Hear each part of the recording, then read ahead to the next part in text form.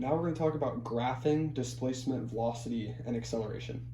So displacement is most commonly measured in the base SI unit of meters. Now because velocity is displacement over time, velocity is most commonly meters per second.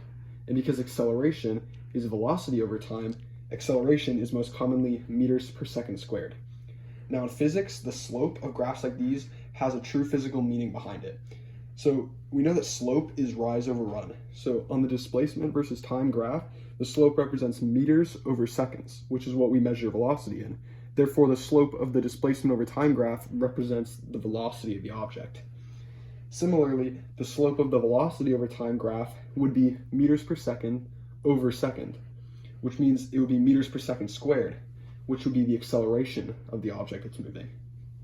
Now the area under the curve on each of these graphs also has a physical meaning.